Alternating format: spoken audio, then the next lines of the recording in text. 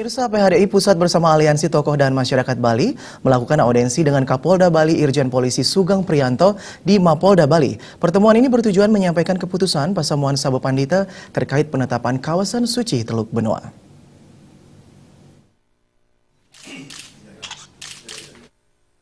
Dalam pertemuan ini dihadiri Ketua Sabo Walake PHDI Pusat Putu Wirata Dwikora, Wakil Dharma Adiakse Ide Pandita Empu Siwa Buddha Dakse Darmita, Ketua Paruman Sulingih Parisade Badung Ide Empu Jaya Reketanaya, Wakil Sabo Walake Gede Rudi Adiputra, Sabo Walake Nyoman Merta, Wayang Nyamot, Ketua Parisade Badung Wayan Sukayase, Gema Perdamaian Bali, Ketut Darmike, Ketua Forum Studi Majapahit, Made Suryawan dan Gusti Kade Astawa sebagai Ketua Aliansi Masyarakat Pariwisata Bali.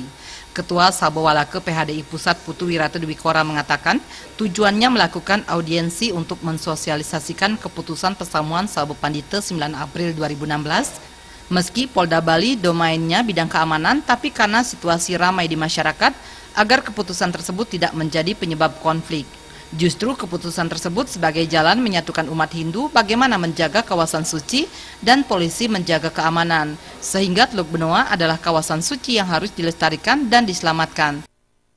Kami mengharap kepada Kapolda dan jajarannya untuk bersama-sama membantu sosialisasi secara langsung, biarpun tugas beliau hanya di bagian keamanan yang domainnya.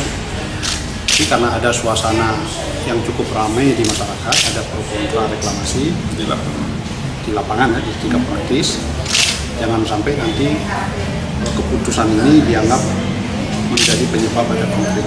Justru keputusan ini adalah jalan untuk menyatukan umat Hindu bagaimana menjaga kawasan suci itu. Sementara itu, Kabid Humas Polda Bali Kombes Polisi Heri Wianto mengatakan terdapat beberapa hal disampaikan Kapolda Bali, diantaranya kepolisian khususnya Polda Bali sama dengan PHDI tidak memihak salah satu pihak. Dalam melakukan kegiatan diharapkan tetap menjaga keamanan dan ketertiban. Jadi Kapolda hanya menyampaikan bahwa apabila melakukan hal-hal yang kira-kira akan melakukan kegiatan-kegiatan terkait dari kegiatan reklamasi Teluk Benoa, diharapkan untuk menjaga ketertiban dan keamanan yang ada di wilayah Bali.